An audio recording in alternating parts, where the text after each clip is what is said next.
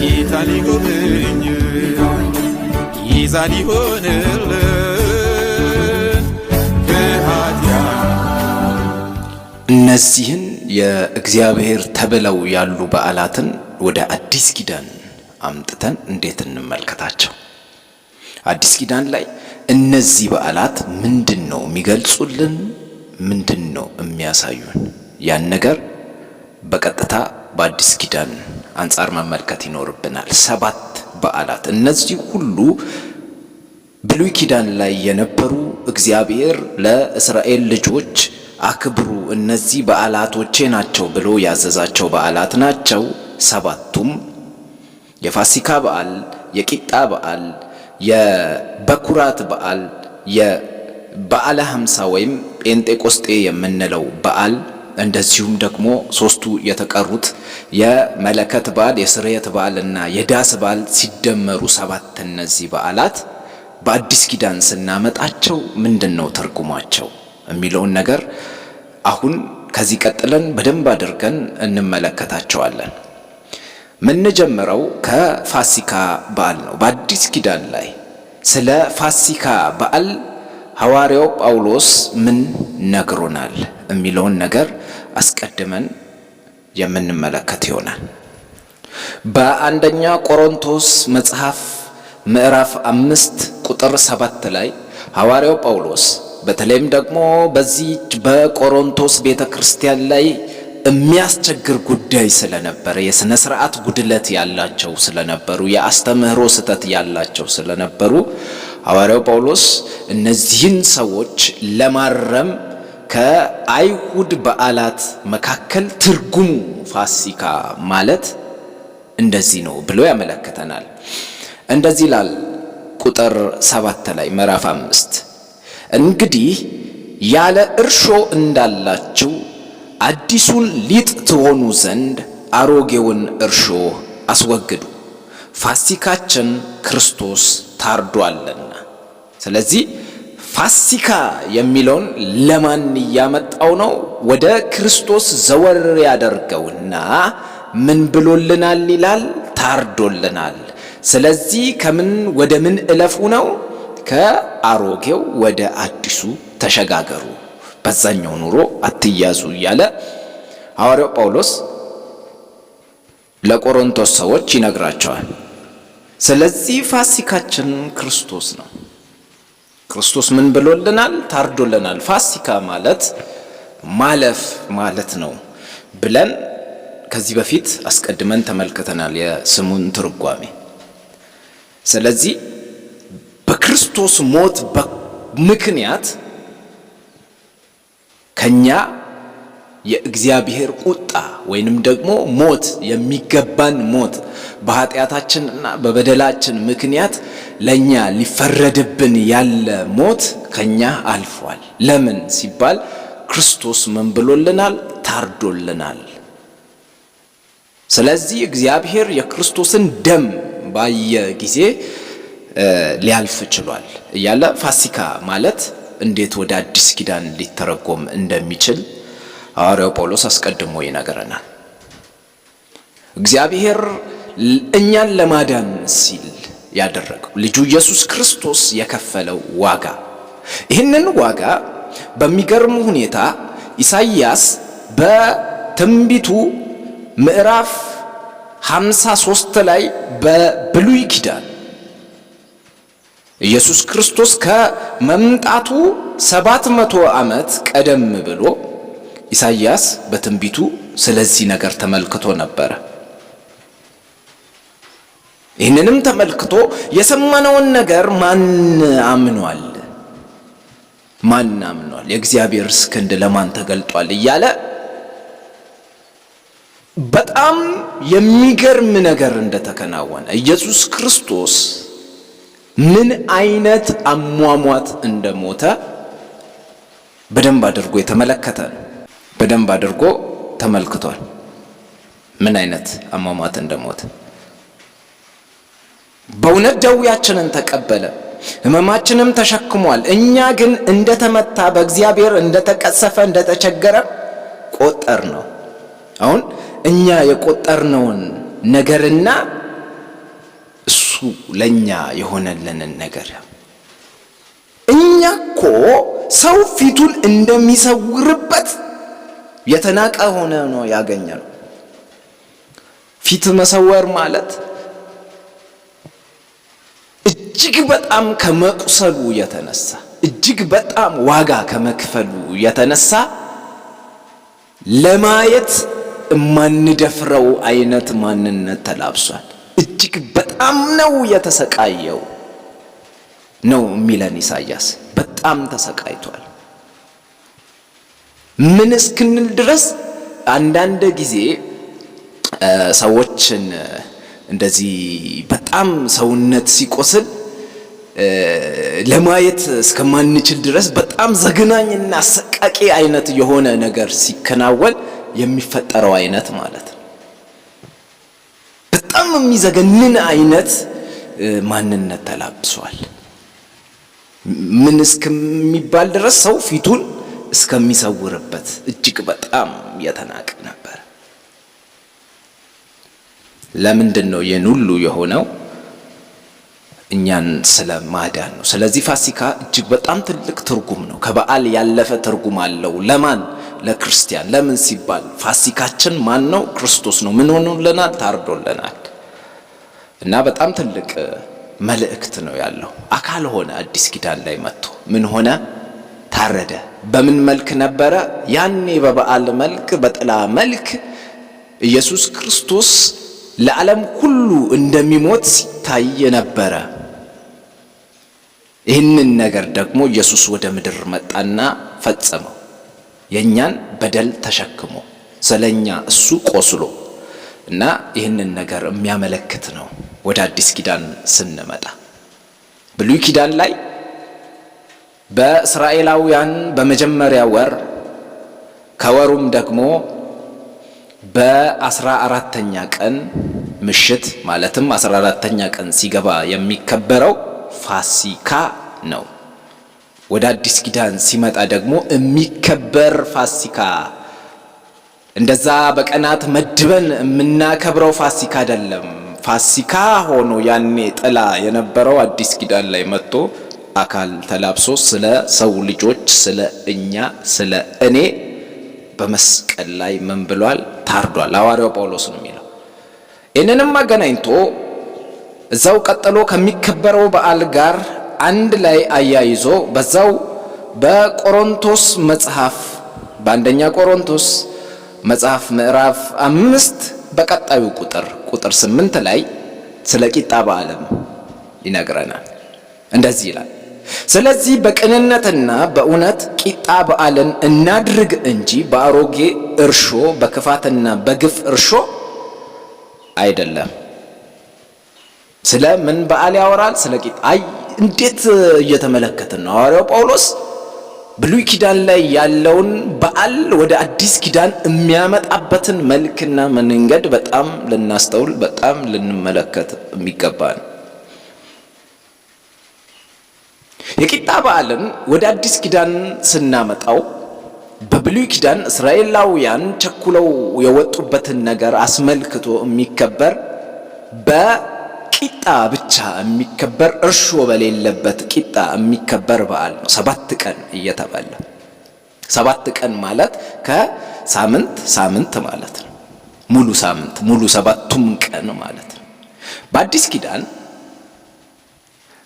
አንደኛ ኢየሱስ ክርስቶስ ፍጹም ንጹሕ የሆነ እንከን አልባ ስተት የሌለበት በነገር ሁሉ ቢፈተንም በኃጢአት ያልተፈተነ ነው። ማንነቱ ንጹሕ ነው። ያንን ንጹሕ ማንነቱን ያንን ንጹሕ ሥጋውን ለእግዚአብሔር ስለ እኛ አሳልፎ ሰጥቷል፣ አቅርቧል። የክርስቶስን ንጽሕና ያሳያል።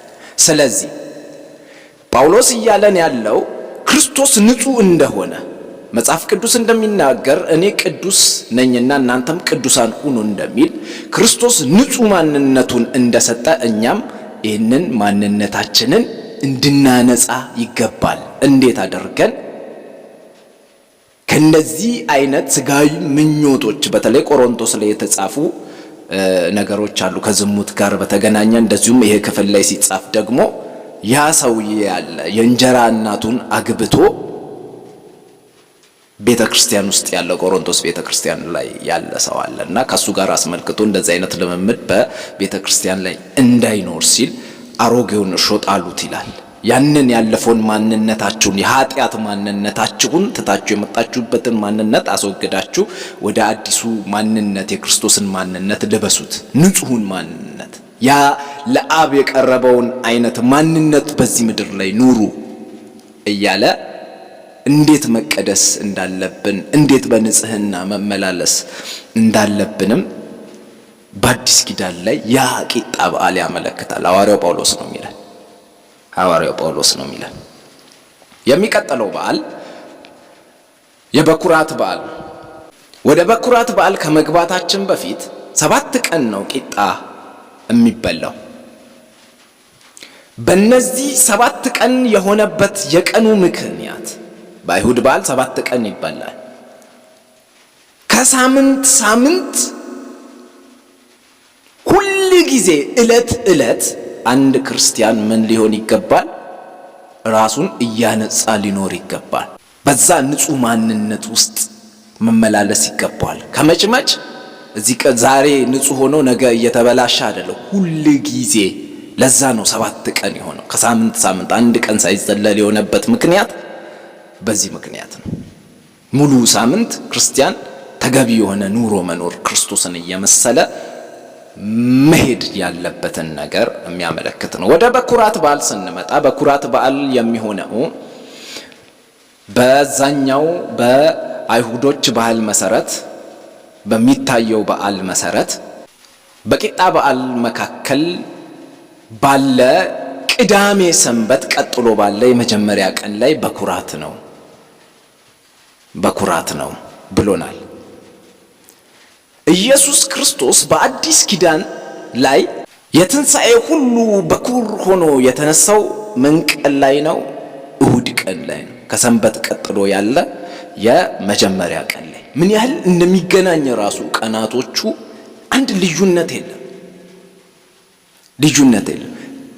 ፋሲካችን ክርስቶስ ታርዶልናል ሲል ኢየሱስ ክርስቶስ የሞተው ምን ቀን ላይ ነው? ፋሲካ ቀን ላይ ነው የተያዘው፣ የተሰቀለው፣ የሞተው እዛው ቀን ላይ።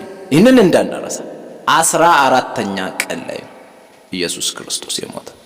እንደዚሁም የቂጣ በዓልን ተመለከትን። ከክርስቶስ ሞት ጋር በተገናኘ ያገኘነውና መመላለስ ያለብን ህይወት። እንደዚሁም ደግሞ ኢየሱስ ክርስቶስ የተነሳው የመጀመሪያው ቀን ነው። ከቅዳሜ ሰንበት ቀጥሎ ካለው ቀን እሁድ የመጀመሪያ ቀን ላይ ኢየሱስ ክርስቶስ እንደተነሳ እንመለከታለን። በጣም ነው የሚገናኘው። በደንብ አድርጎ ነው በጥላ መልክ ክርስቶስን እነዚህ በዓላት እያስመለከቱን ያሉት። ኢየሱስ የትንሣኤ ሁሉ በኩር ነው።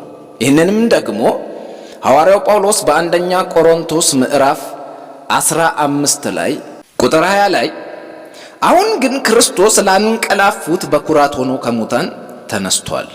ምን ሆኖ? የትንሣኤ መጀመሪያ ሆኖ ማለት ነው። ሞቶ የተነሳ በአዲስ ማንነት የለም።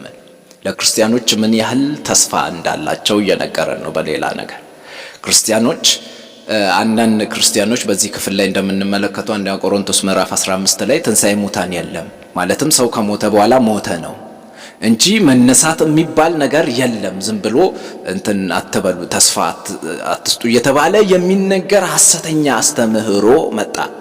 ይህንን አስተምህሮ መልስ ለመስጠት ነው ሐዋርያው ጳውሎስ እንደዚህ የምንል ከሆነ ክርስቶስ አልተነሳም። ክርስቶስ ካልተነሳ ደግሞ እስካሁን ድረስ በኃጢአታችሁ አላችሁ ማለት ደግሞ አስቡት፣ ምንም ተስፋ የላችሁም። ለምን ሲባል በዚህ ምድር ብቻ ለዚህች ህይወት ማለትም ይህች ህይወት ምንድናት? መብላት መጠጣት፣ ከዛም በኋላ በቃ ከሞትክ ሞትክ ነው ከምትል ህይወት ክርስቶስን ተስፋ አርጋችሁ ከሆነ ከምኖች ይልቅ ከሰው ሁሉ ይልቅ ከሌሎቹ ማለት ነው እንዶ ክርስቲያን ባትሆኑ በክርስቶስ ባታምኑ ይሻላችኋል። ከሰው ሁሉ ይልቅ ምኖች ናችሁ? ምስኪኖች ናችሁ። በጣም የምታሳዝኑ ናችሁ። ለዚች ህይወት ብቻ ለመብላት ለመጠጣት ብቻ ክርስቶስን ተስፋ ያደረጋችሁ ለዚች በምድር ላይ ላለችው ህይወት ብቻ ተስፋ አድርጋችሁት ከሆነ ከሁሉ ይልቅ ምስኪኖች ናችሁ። ግን ትንሣኤ አለ። ያን ብቻ አይደለም፣ ትንሣኤ የለም የምትሉ ከሆነ እኛም ስለ ክርስቶስ ያወራንላችሁ ውሸት ነው። ያን ብቻ አይደለም፣ እግዚአብሔርንም ምን እያደረጋችሁት ነው? ውሸታም እያደረጋችሁት ነው። እንደዛ አይደለም ብሎ ትክክለኛ የሆነውን አስተምህሮ ያስቀምጣል። ስለዚህ ኢየሱስ ክርስቶስ ምንድነው ይለናል? የትንሣኤ ሁሉ ምንድነው? በኩራት ነው፣ የመጀመሪያ ነው። እሱ የመጀመሪያ ነው። ከዛን የሚቀጥሉ አሉ ትንሣኤዎች ማለት ነው። እንደዛ እያለ ስለ ሙታን ትንሣኤ በሚያነሳበት ክፍል ላይ ነው ስለ ክርስቶስ በኩርነት እያነሳ የሚሄደው። በኩራት ከሚለው በዓል ጋር ማገናኘት ያስፈለገንም ለዚህ ነው። ሐዋርያው ጳውሎስ እያንዳንዱን ነገር ከብሉይ ኪዳን ጋር እያገናኘ ወደ ክርስቶስ ይለውጠዋል፣ ይተረጉመዋል። እና እነዚህ ነገሮች እንመለከታለን። እጅግ በጣም የሚደንቁ ጥላ ናቸው። በጣም ነው የሚያመለክቱት አካሉን። ክርስቶስን ይናገሩታል እየጮሁ ድምፃቸውን ከፍ አድርገው የሚናገሩት ብሉይ ኪዳን ላይ ያሉት ነገሮች በሙሉ ስለ ክርስቶስ ነው። ለዚህ ነው እነዚህ የእግዚአብሔር በዓላት ናቸው። ሌሎቹ የማን እንደሆኑ አናውቅም። ሌሎቹ የማን እንደሆነ አናውቅም ማለት የአይሁድ በዓላት እንጀምር። ፑሪም የሚባለው ሃኑካ የሚባለው ሮሽ ሃሽዋ የሚባለው በዓል የማን በዓል ነው አናውቅም። ሌላ ባለቤት አለው፣ ግን የእግዚአብሔር አይደለም። ምናልባትም ሰይጣን ሊሆን ይችላል ባለቤቱ ማለት ነው እንጂ እግዚአብሔር አያውቀውም ይሄንን በዓል። የእግዚአብሔር በዓል ስንት ነው? 7 ነው። እግዚአብሔር ገና የሚባል በዓል የለውም፣ አያውቅም። የክርስቲያን ፋሲካ ወይም ደግሞ ትንሣኤ ተብሎ ያለ በዓል እግዚአብሔር የሚያውቀው በዓል እንደዛ የሚባል በዓል እንደሌለ እያመለከተን ነው ያለው። የማን ነው? እሱን አናውቅም። እንግዲህ የሆነ ባለቤት አለው፣ ባለቤት የሌለው በዓል ስለሌለ ማለት ነው። ባለቤቱን እኛ አናውቀውም ለጊዜው፣ ወይም ሰይጣን ነው ብለን ማለፍ እንችላለን ማለት ነው። አሁን እነዚህን በዓላት ስለ ክርስቶስ የሚገልጹትን የእግዚአብሔር በዓላትን ስንመለከት ምን ያህል በጥላ መልክ ክርስቶስን እያንጸባረቁ አጉልተው እየጮሁ እንደሚናገሩ እያየን ነው። ቀጣይ በዓል ከዚህ በዓል ቀጥሎ ያለው የበዓለ 50 ነው። 50 ቀን የሚቆጠርበት ማለትም ከዚህ ከበኩራት በዓል ጀምረን 49 ቀን ቆጥረን 50ኛው ቀን በዓለ 50 ነው ያየን ነው። ኢየሱስ ክርስቶስ ከተነሳ ከትንሣኤው ቀን ጀምረን 49 ቀን ቆጥረን 50ኛው ቀን ላይ መንፈስ ቅዱስ የወረደበት ጊዜ ነው። መንፈስ ቅዱስ የወረደበት ጊዜ ነው። በዓለ 50 ሲከበር መንፈስ ቅዱስ ወረደ። በዓላቱ በደንብ ነው ክርስቶስን የሚያንጸባርቁት፣ የሚናገሩት ስለ እግዚአብሔር በደንብ አድርገው። ምንም ልዩነት የለም። እዚህ ኢየሱስ ክርስቶስ ተነስቶ በዓለ 50 ከተከበረው ቀን እያንዳንዱ የራሱ እንደሆኑ ያውቃል እግዚአብሔር። ስለዚህ ኢየሱስ ክርስቶስ ለሰው ልጆች ያደረገውን ነገር እያንዳንዱን ሲያደርግ የመጣው በእነዚህ ቀናቶች ነው፣ በእነዚህ በዓላቶች ላይ ሲያደርጋቸው የቆየው ማለት ነው። ስለዚህ እስከዚህ ድረስ ያሉት ነገሮች በሙሉ ምን ብለዋል? ተፈጽመዋል። ጴንጤቆስጤ በዓለ 50 መንፈስ ቅዱስ ወረደ። የሐዋርያት ሥራ ምዕራፍ 2 ላይ በተመለከትነው መልክ ተጠናቀቀ። አሁን ያልተፈጸሙ ደግሞ ስንት በዓላት አሉ? 3 በዓላት አሉ። አልተፈጸሙ፣ ገና የሚፈጸሙ ናቸው፣ ግን ብዙም የሚቆዩ አይነት አይደሉም። በቅርብ የሚፈጸሙ በዓላት ናቸው። ብዙም ከኛ ርቀው የሌሉ በዓላት ናቸው። ምናልባትም እነዚህ በዓላት ሳይፈጸሙ ወደ ስንት ሺህ ዓመት ቆይተዋል ማለት ነው። ኢየሱስ ክርስቶስ ከመጣ በኋላ ባለው ጋፕ መካከል ያለ 1900 ዓመት በላይ 2000 ዓመት ይህንን ዓመት በሙሉ ቆይተዋል። መንፈስ ቅዱስ ከወረደ በኋላ አባለ ትዝ የሚለን ከሆነ አይተን ከሆነ ብሉይ ኪዳን ላይ እነዚህን በዓላት ስንመለከታቸው አብዛኛው በዓላት በተለይም ደግሞ 3ቱ በዓላት ስንተኛ ወር ላይ የሚከበሩ በዓላት ናቸው? የመጀመሪያ ወር ላይ የመጀመሪያው ወር 14ኛ ቀን የመጀመሪያው ወር 15ኛ ቀን ጀምሮ ለ7 ተከታታይ ቀናት እና በመካከል ደግሞ 3ቱ በዓላት ይጠናቀቃሉ ማለት ነው። የመጀመሪያው ወር 21ኛው ቀን ላይ ይጠናቀቃሉ 3ቱም በዓላት ይጠናቀቃሉ በዚህ ቀን ላይ። ከዚህ ቀንም በኋላ 1 ወር ያህል ከቆየ በኋላ በዓለ ሃምሳ ይከበራል። ከዚህ በዓለ ሃምሳ ከተከበረ በኋላ ግን ያለው የወር ርዝማኔ ከ5 ወር በላይ በጣም በመካከላቸው ምን ያህል ልዩነት አለ? ሰፊ ልዩነት አለ። ከዛን የሚያርፈው 7ኛው ወር ላይ ነው በዓሉ። 3ቱም በዓላት ቀጥለው ያሉት አሁን የምንመለከታቸው 7ኛ ወር ላይ የሚፈጸሙ በዓላት ናቸው። እንግዲህ መጽሐፍ ቅዱሳችን ከቁጥር ጋር የሚገናኝ ብዙ ትርጉም 7 ማለት የእግዚአብሔር ቁጥር ነው፣ 7 ማለት የፍጽምና ምልክት ነው እየተባለ ብዙ ትርጉሞችን ማንሳት እንችላለን። ግን 7ኛ ወር ላይ መሆኑ የፍጻሜ ዘመንን የሚያመለክት ነው። ስለ ፍጻሜ ዘመን የሚናገሩ በተለይም ደግሞ እነዚህ 7ቱ በዓላት ቀጥታ ታርጌት የሚያደርጉት አይሁዶችን፣ እስራኤላውያንን